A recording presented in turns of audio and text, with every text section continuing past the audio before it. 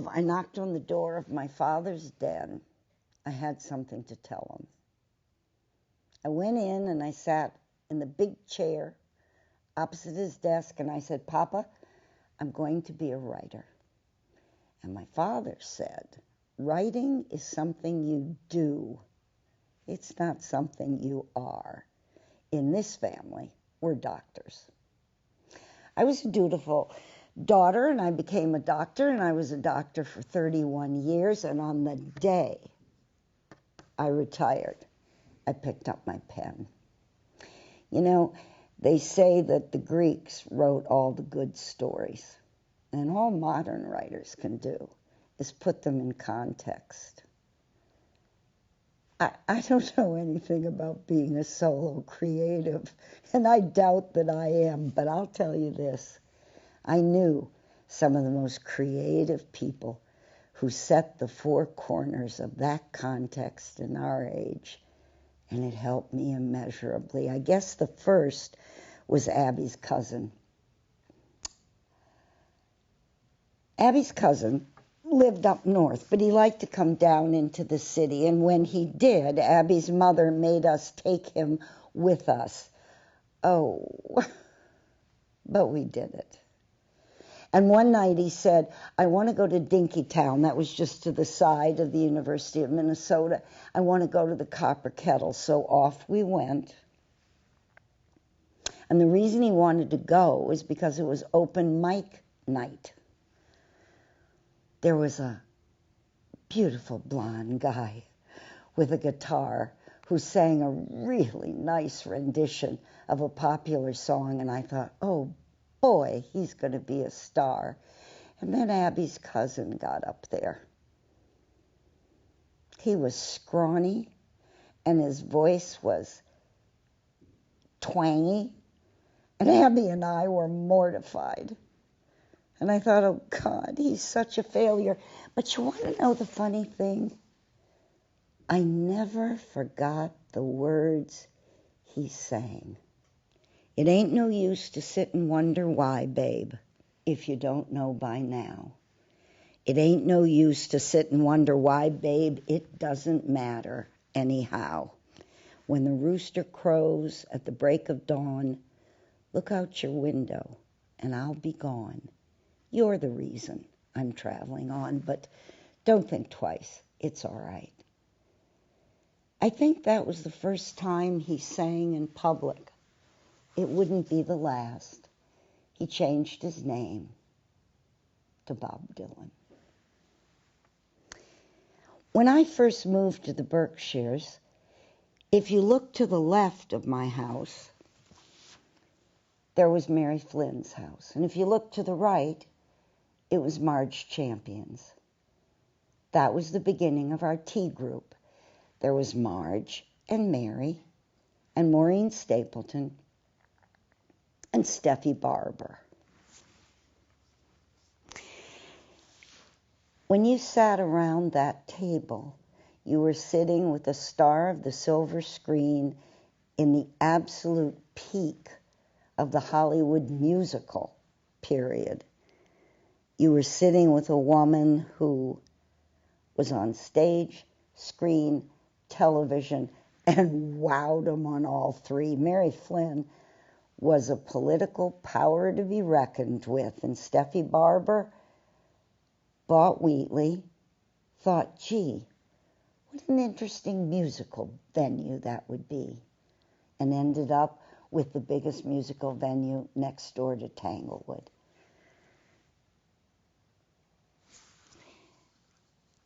When I was a little girl, probably about the same time that I told my father that I was going to be a writer, I went to the St. Louis Park movie theater, and I watched a woman on the screen in the most beautiful, sparkly blue dress I had ever seen dance to When Smoke Gets in Your Eyes. That was Marge Champion. And I sat in that theater thinking, oh my gosh, that must be what it's like to be a big lady. Fast forward to sitting around that tea table. I told Margie that story, and she went out of her way to try to get me that blue dress for my birthday. She failed because Debbie Reynolds beat her to it and put it in the dress museum at her Las Vegas hotel and casino.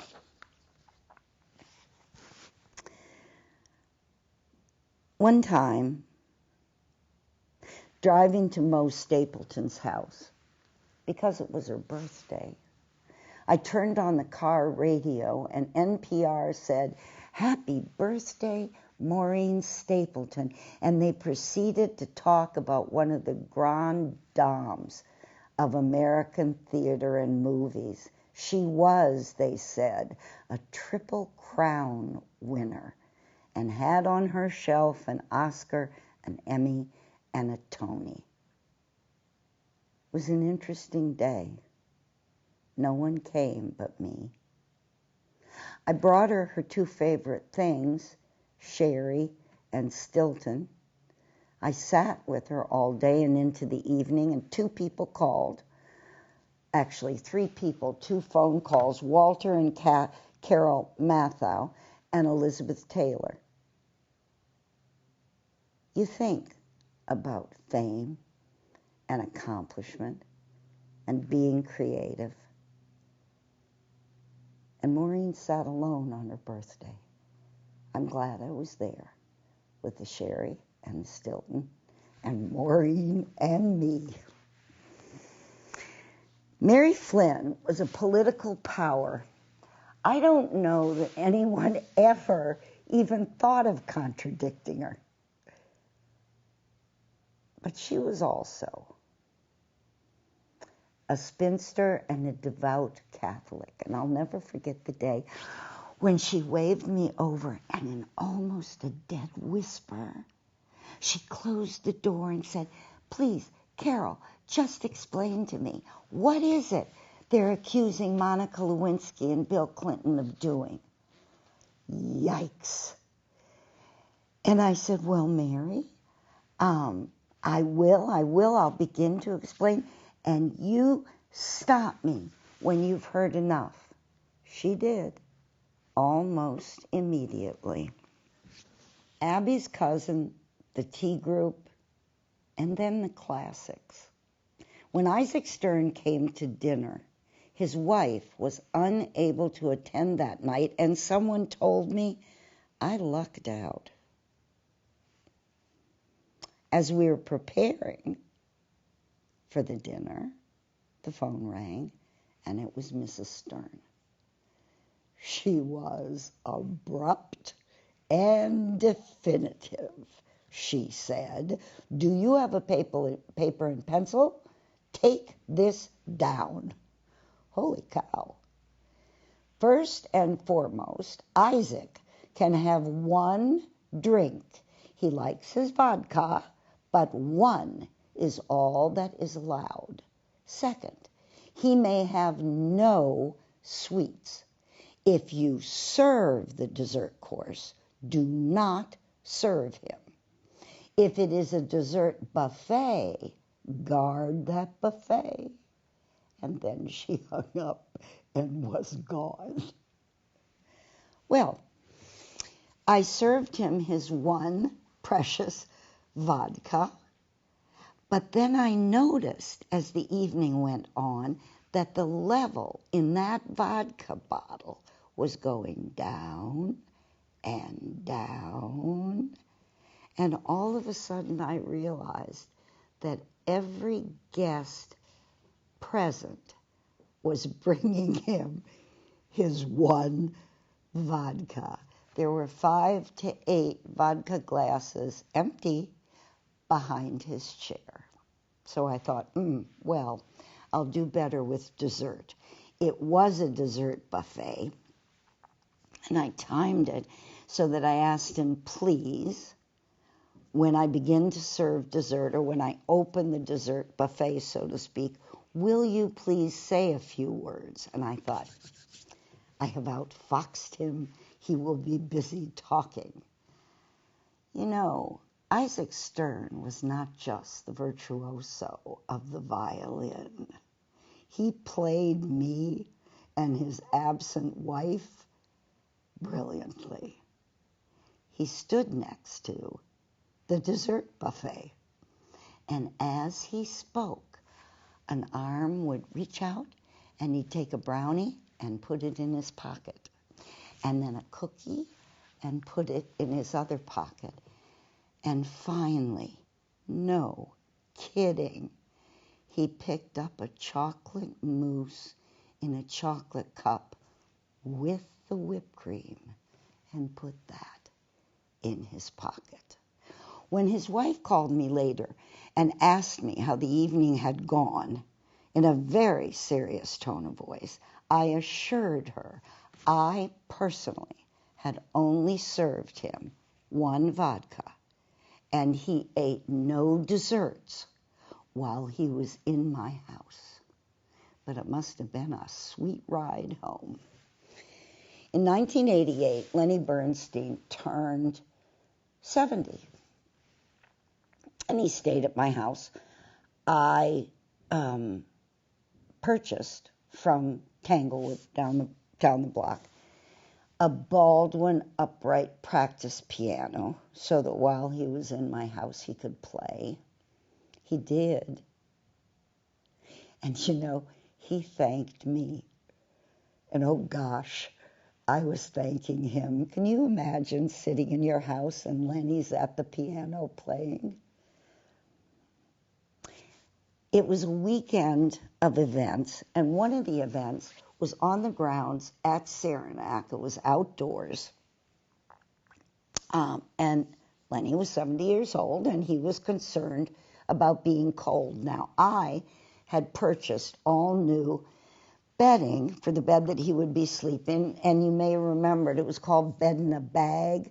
So it had a dust-ruffled sheets, pillowcases, shams, a quilt, and they all were coordinated and matched. He took the quilt off the bed, wrapped it around him like the capes he used to wear, and went off to the outdoor party at Saranac. I never saw the quilt again. It ruined the set. I didn't know what to do with the rest of the stuff. But it was a good story to dine out on. I guess last and certainly not least was my experience with the Kennedys. First the dogs came, the sniffers, then the Secret Service, looking very grim, filled with instructions. Then they cordoned off the street, and I said to them, but during the time that Teddy's here for dinner, how do my neighbors get home? They just shrugged. So I sent my boys around to knock on every door so that somebody in the neighborhood would still talk to me the next day. And I told them between this hour and this hour, the road would have to be cordoned off. But I also asked all of them to please walk down. I gave them the time of his arrival and wave at Teddy Kennedy. They all did. Politicians have a politician's smile. It never reaches their eyes. It's broad, but it's wary. They also have a kind of politician posture. It's a little rigid, a little as if they're coming toward you but holding back, all at the same time. Teddy got out of the limo exactly in that way, with exactly that smile and exactly that rigidity. And I thought, oh, holy cow, this might be a difficult evening. But he got up on the porch, and all of a sudden he was really fully present. And he said, this looks exactly like the porch on the house I grew up on. This is like the porch I played on. And from that moment, he was comfortable. I'm not sure I should tell this story, but it's a short vignette. When you have folks like that, like Isaac Stern, Lenny Bernstein, Ted Kennedy, to your house for whatever length of time, notwithstanding Mrs. Stern's very scary way of talking, you do get instructions before their arrival. You get instructions. And the instruction about Teddy was important and a little bit sad. It was that he never ate in public. And don't make it obvious. Do not fix a plate for him.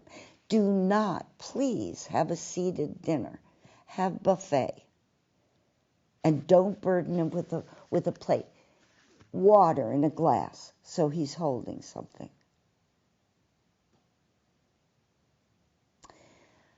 But he had a fear of choking, and especially if he had to greet people and talk and so forth at the same time that he was eating. And also, I knew all three Kennedy brothers, and the funny thing is, they were a little shy. So I prepared a plate for him, kept warm and covered, for him to eat in the limo when he was leaving. We had just a couple of minutes to talk alone, very short. And I said whatever he ran for, I would vote for him. I thought he was a wonderful person and a good governor. But I said, I don't care whether or not you win.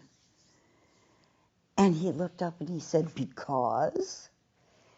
And I said, because I think you're one of the greatest senators we've ever had, and I don't want to lose you in the Senate. And don't you wish he were still there?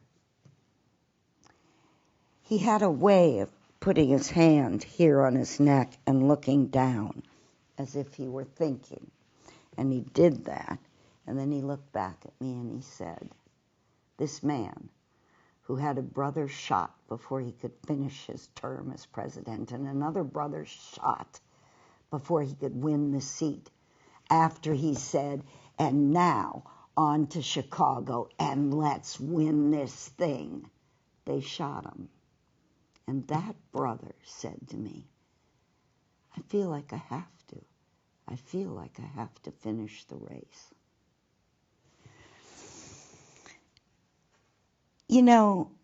I'd met Teddy Kennedy before.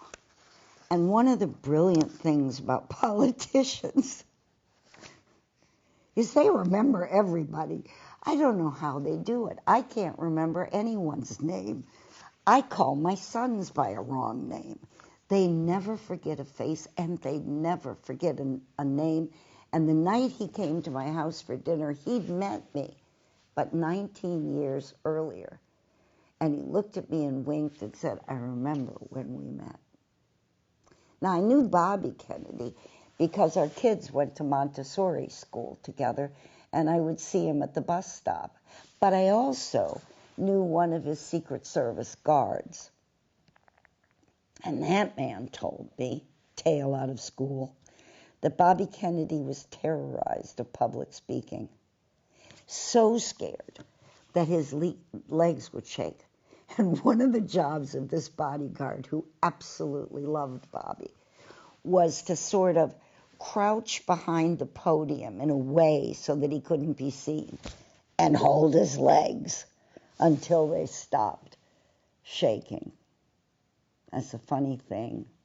That night in California, the night with the on to Chicago last line of his public life, his legs weren't shaking anymore. I guess I should say something about that introduction, since Teddy remembered it. I walked to the car with Jack Kennedy.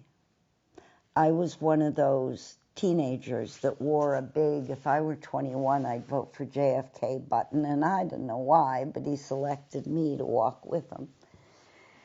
And when we got to the limo, somebody swung the door open for him, and he leaned down in, and then he took an arm and he said, "Come here," so that I was leaning down in too.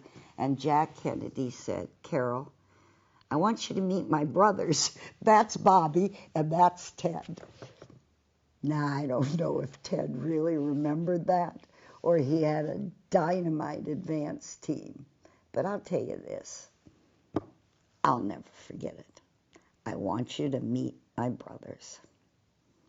I was never good at writing a book. I couldn't write it and then sell it to a publisher. But I was great at answering the phone. And between my newspaper columns and the other books that I wrote, publishers would call me and say, "Would you write a book about the following?" Now, I always said yes, because the call in itself was an honor. And then I would have to sit down and face the page, 12 books, and it was always the same. I would sit down, I would look at the blank screen, and I would say, "I can't write a book." And then when I wrote the book, I'd say, "The publisher will reject it." And when they published it, I would say, "Nobody will read it." And when enough people had read it that some other publisher would call me and say, "Will you write a book about?" And I had said, "Yes, I'm honored," I would sit down 12 times and say, "I can't write a book." My father wrote books, notwithstanding what he'd said to me. I wrote books, and I tell you with great pride that my oldest son just finished his first book. And he called me up and he said, "Boy, now I understand my childhood better." It was Lenny Cohen who said to me, all the good stories were written by the Greeks. All we do is change the context. I don't think much about me as a solo creative, but I know this for sure. I knew the greats. I knew the ones that created the four corners of our modern context. Thanks. It was fun talking to you.